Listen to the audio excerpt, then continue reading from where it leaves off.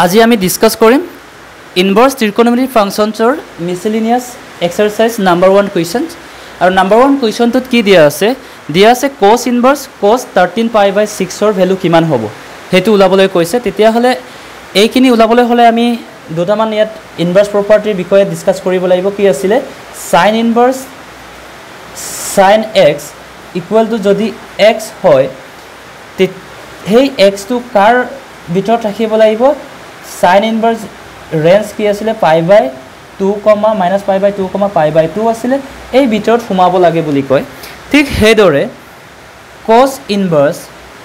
cos x থাকে তেতিয়া হলে ইয়াৰ এনসাৰ যদি x বুলি লিখো সেই x টু কাৰ ভিতৰত ৰাখিব লাগে cos ইনভাৰ্সৰ ৰেঞ্জ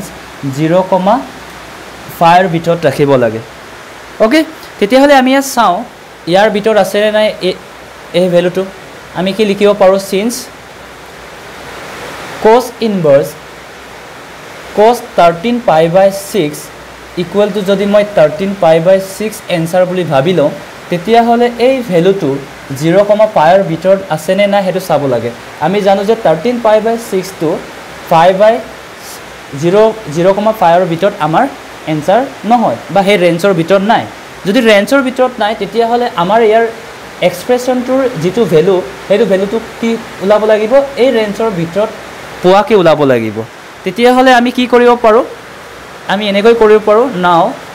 cos ইনভাৰ্স cos 13π/6 ক আমি কেনেকৈ লিখিব পাৰো cos ইনভাৰ্স cos 13π/6 ক এনেকৈ লিখিব পাৰো 2π + π/6 হয়নে 2π + π/6 আমি কিয় লিখিব পাৰো কাৰণ 2π + π/6 ইয়াক যদি মই এলসিয়াম লও 6 2 12π + 5 তো आंसर কিমান হ'ব 13π হ'ব ডিভাইডেড বাই 6 মানে কি গম পালো 13π/6 ৰ জায়গাত আমি লিখিব পাৰো 2π + π/6 তেতিয়া হলে ইয়াৰ आंसर কি হ'ব এতিয়া আমি জানো cos 360 ডিগ্ৰী প্লাস থিটা 360 মানে 2π নহয় জানো 2π মানে 2π + থিটা হলে কি হ'ব 2π + থিটা হলে আমি এনেকৈ চাইছিলো quadrant first second third and fourth quadrant চাইছিলো কেনেকৈ চাইছিলো যদি ইয়ালৈ হয় 180 ডিগ্ৰী হয়নে আকৌ ইয়ালৈ যদি ঘূৰি আহে তেতিয়ালে 360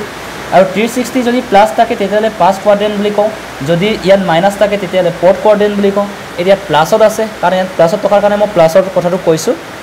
যদি প্লাসত থাকে তেতিয়ালে প্ৰথম কোয়াড্ৰেন্টৰ আছে যদি ফাৰ্স্ট কোয়াড্ৰেন্টৰ আছে তেতিয়াহলে ইয়াৰ आंसर কি হয় 360 থকাৰ কাৰণে ইয়াত cos টো cos থাকিব লগতে কি হ'ব cos থিটা হ'ব आंसरটো পজিটিভতে আহিব ঠিক হেদৰ তেতিয়ালে আমি ইয়াক লিখিব পাৰো cos ইনভাৰ্স cos 5/6 সো cos ইনভাৰ্স আৰু cos টো কেনসেল যাব आंसर কিমান থাকিব 5/6 হ'ব 5/6 টো এতিয়া আমাৰ এই ৰেঞ্জৰ ভিতৰত আছে নে নাই 5/6 টো এই ৰেঞ্জৰ ভিতৰত আছে আমি লিখোনতে লিখিব লাগে 5/6 belongs to 0,5 যদি 5,6 to 0,5 ৰ ভিতৰত আছে তেতিয়া হলে এই এক্সপ্ৰেছনটোৰ বা এই आंसर কোৱেশ্চনটোৰ आंसर কিমান হ'ব আমাৰ 5/6 হ'ব ওকে বুজিব পাৰিছা তেনেকৈ আমি নেক্সট কোৱেশ্চনটো চাব পাৰি নেক্সট কোৱেশ্চনটো এটো দিয়া আছে tan ইনভার্স tan 7π/6 দিয়া আছে এতিয়া tan ইনভার্স tan 7π/6 ইয়াৰ ইনভাৰ্স প্ৰপাৰ্টিটো কি আছিল tan ইনভার্স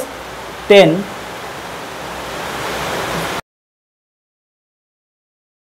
equal to যদি x হয় এই x belongs to কি হ'ব লাগিব ওপেন ব্ৰেকেট π/2, π/2 ৰ ভিতৰ ৰেঞ্জত থাকিব লাগে এতিয়া আমি ইয়াত চাও তেতিয়া হলে এই tan inverse tan 7π/6 equal to যদি মই 7π/6 বুলি কওঁ এই যেটো ভ্যালু পাইছো সেই ভ্যালুটো আমাৰ ওপেন ব্ৰেকেট π/2, π/2 ৰ ভিতৰ আছে নে নাই আমি দেখা দেখি কব পাৰো 7π/6 to does not belongs to এই ৰেঞ্জৰ ভিতৰত ঠিক আছে যদি এই ৰেঞ্জৰ ভিতৰত নাই তেতিয়া হলে আমি কি লিখিম ইয়াকো এই ৰেঞ্জৰ ভিতৰত পোৱাকে ইয়াৰ ভ্যালুটো উলাব লাগে তেতিয়া হলে কেনেকৈ কৰিব লাগে আগৰ নিচিনাকে tan ইনভাৰ্স tan 7π/6 ইয়াক কেনেকৈ লিখিব পাৰো tan ইনভাৰ্স tan 7π/6 আমি কি লিখিব পাৰো 5 + π/6 হয়নে পাই প্লাছ পাই বাই 6 কিয় লিখিব পাৰোঁ কাৰণ পাই প্লাছ পাই বাই 6টোক যদি আমি আকৌ যদি এলচিএম এনেকৈ লৈ মেলি কেলকুলেশ্যন কৰোঁ তেতিয়াহ'লে 7 পাই বাই 6 পাওঁ 7 পাই বাই 6টোক আমি কি লিখিব পাৰোঁ তেতিয়াহ'লে 5 প্লাছ পাই বাই 6 আৰু আমি জানো 10 180 ডিগ্ৰী প্লাছ থিটা এনসাৰ কিমান হয় আকৌ ফাৰ্ষ্ট সেকেন্ড